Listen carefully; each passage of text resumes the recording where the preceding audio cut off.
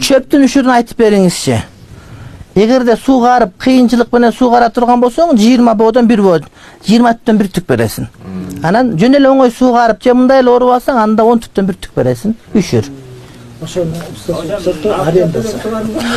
Egerde жерди аренда калган болсоңуз, ошол жанагы түк алдыңыз да, мисалы үчүн 1000 түк алдыңыз.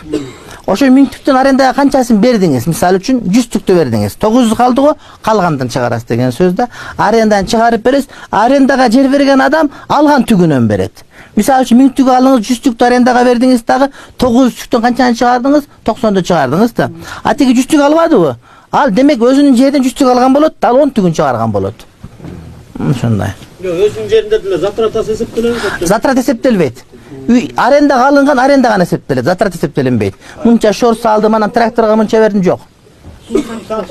Эгер сууну сатып алып, суу кыйынчылык менен тартып келип мотор менен берсе, анда 20дан 1, 20 боодон 1 боо болот, 20 түктөн 1 түк. Суу жеңил келсе, анда 10 түктөн 1 түк. Сууга төлөнгөн налог эсепке кирбейт. Негизи сатылбай суу Кыргызстанда. Бардык сатып алын деген суу налогу гана, бул урматтуу бир тууганым. Суу сатылынбайт да, налог эле берилет. Гектарына 150 сомдон төлөп атасыздар суу. Ал эчтеке эмес, ал бир түккө да арзыбай кететчи. Ал чыгарылбайт ал. Суга